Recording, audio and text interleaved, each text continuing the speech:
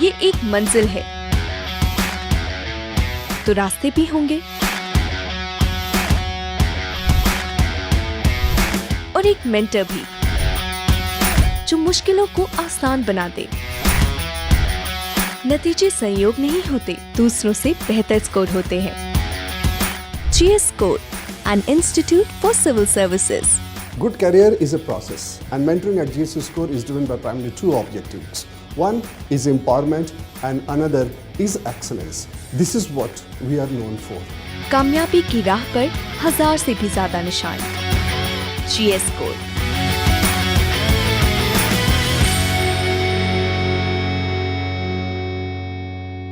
Hello everyone, my name is Manan Agarwal. I am from Lucknow, Uttar Pradesh. I have secured All India rank 46 in the UPSC Civil Services Exam 2022. आज इस video में मैं mathematics as an optional subject के बारे में discuss करना चाहता हूँ कि क्या मेरी स्ट्रैटेजी थी और कैसे आप एक जो नए एस्पिरेंट्स हैं कैसे वो मेरी स्ट्रैटेजी से कुछ सीख सकते हैं। फर्स्ट ऑफ ऑल मैं ये बताना चाहूँगा कि मैंने मैथमेटिक्स को एज एन ऑप्शनल सब्जेक्ट कैसे चुना। सो ये प्राइमरीली मेरे इंटरेस्ट के ऊपर था बिकॉज स्कूल से ही मैथ्स मेरा फेवरेट सब्जेक्ट था। और जब मैंने सिविल सर्विसेज एग्जाम में जो ऑप्शनल पेपर होता है उसका क्वेश्चन पेपर देखा मैथमेटिक्स का, तब मैंने ये रियलाइज किया कि ऑलमोस्ट 40-50% टॉपिक्स मुझे फेमिलियर थे और जो बीटेक के करिकुलम में हमें पढ़ाया जाता है उससे भी काफी ओवरलैप था।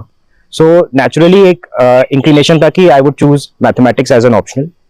फॉर दोज ऑफ यू जो आप अभी डिसाइड करना चाहते हैं कि कौन सा ऑप्शनल चूज करें या अभी अनडिसाइडेड हैं, तो मेरा यही सजेशन होगा कि ऑप्शनल सब्जेक्ट शुड बी आपका इंटरेस्ट के बेसिस पे ही होना चाहिए पहले प्रेफरेंस, और उसके बाद आप देख सकते हैं कि उस सब्जेक्ट के लिए क्या स्ट्रैटेजी, गाइडेंस, रिसोर्सेज अवेलेबल हैं, क्योंकि ये एक कॉम्पिटिटिव एग्जाम है और इसमें सही स्ट्रैटेजी, गाइडेंस मिलना भी बहुत जरूरी है, क्योंकि at the end of the day हमें एक अच्छा स्कोर भी लाना है उस ऑप्शनल सब्जेक्ट में। सो देयरफॉर आप इन दो पैरामीटर्स को अपने साथ दिमाग में रख सकते हैं जब आप ऑप्शनल सब्जेक्ट चूज कर रहे हो।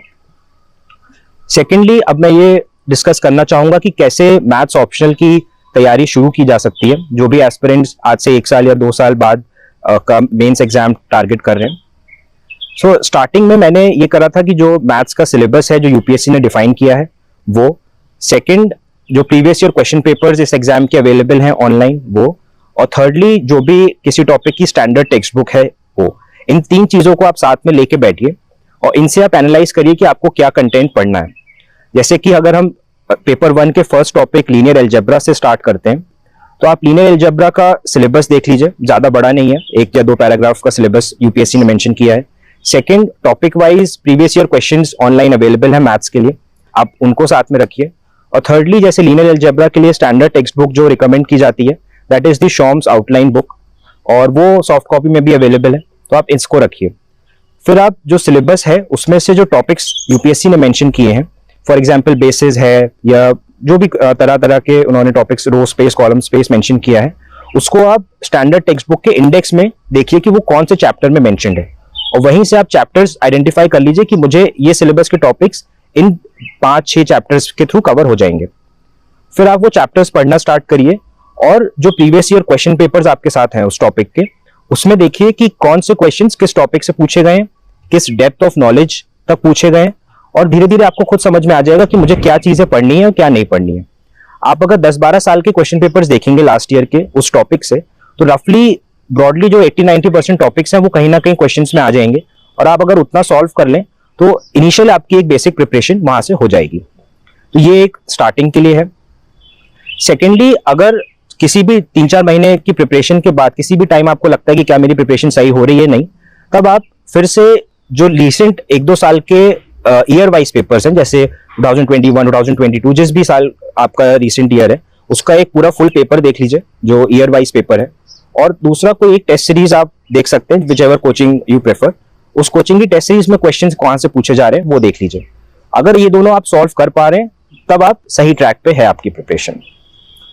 इसके बाद मैं ये डिस्कस करना चाहूंगा कि जो मैथमेटिक्स एज अ सब्जेक्ट है, इसमें जब हमने स्टार्ट तो कर ली प्रिपरेशन, बट 6-7 महीने बाद हमें जनरली एस्पिरेंट्स के मन में ये डाउट आता है कि हम पुरानी चीजें भूलते जा रहे हैं और जो नया पढ़ रहे हैं केवल वो याद रह रहा है, पुराना इवेपोरेट होता जा रहा है माइंड से, तो उसको कैसे टैकल करें। तो फ्रेंड्स, इसके लिए मेरा ये सजेशन है कि आप मैथ्स में 3 चीजें हमेशा ध्यान रखिए।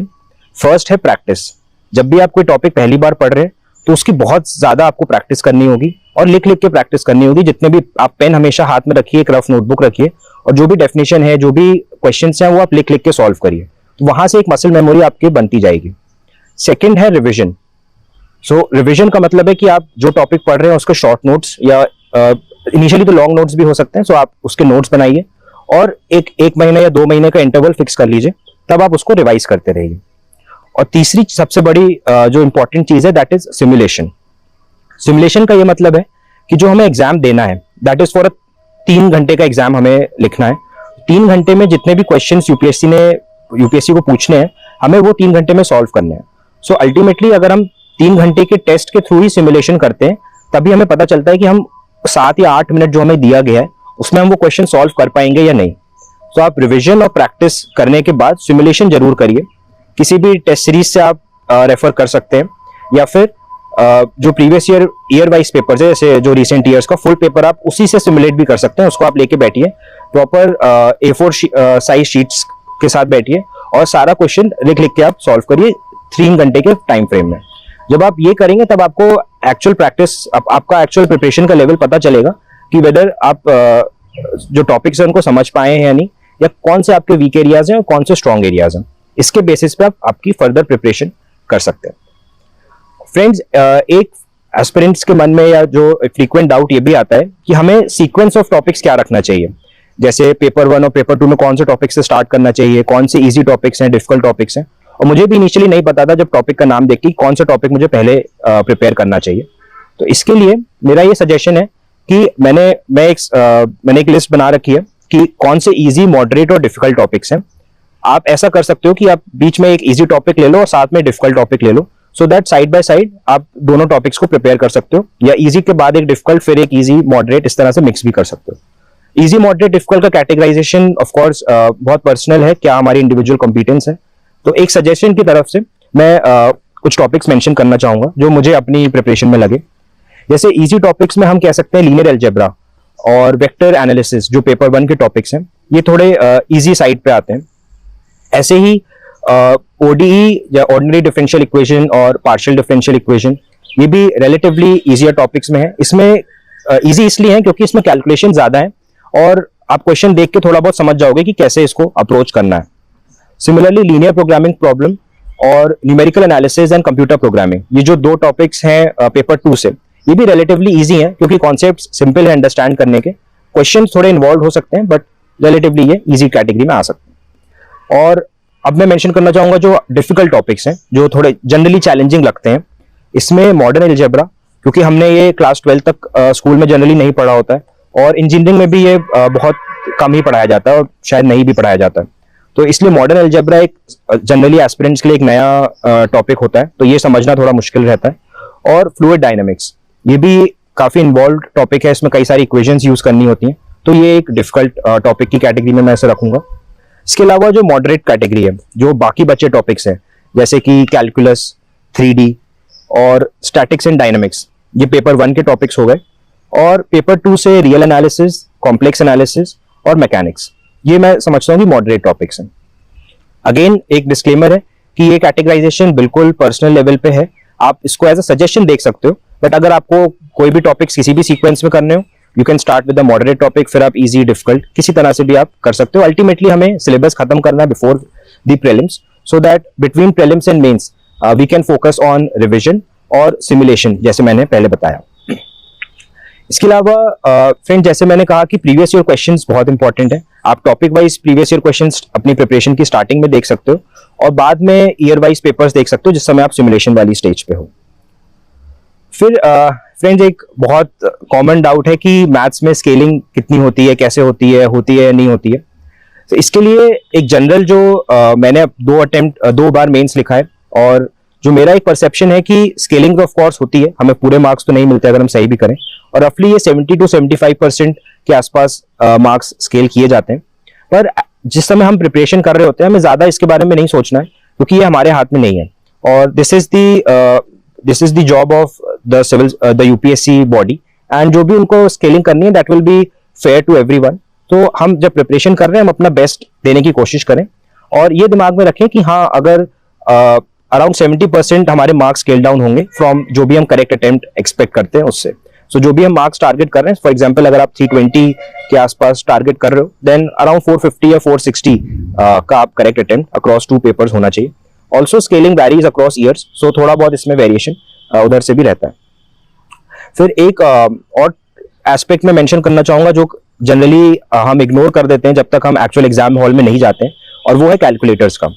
सो जैसा कि आप जानते हो, इस मैथ्स के पेपर में कैलकुलेटर अलाउड होता है, और मैं कहूंगा कि कैलकुलेटर आपका बहुत इंपॉर्टेंट फ्रेंड है जो आपको एग्जाम के बीच में काफी टाइम बचाने में हेल्प कर सकता है अगर हम सही तरह से उसका यूज करें।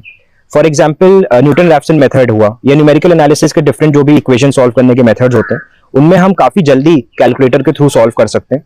तो मेरा ये रिकमेंडेशन है कि आप यूट्यूब पे जाओ, और जो भी इस तरह के टॉपिक्स हैं जहां पे आप कैलकुलेटर यूज कर रहे हो, उसमें कैलकुलेटर को यूज करना एक बार यूट्यूब पे सर्च कर लो कि how to solve Newton Raphson on जो भी हमारा कैलकुलेटर है FX82 या whatever exact model number is, और वहां पे बहुत छोटी छोटी वीडियोस हैं और वो बहुत अच्छे से बता देते हैं कि कैसे हम सिंपल स्टेप्स में और कैलकुलेटर को यूज कर सकते हैं।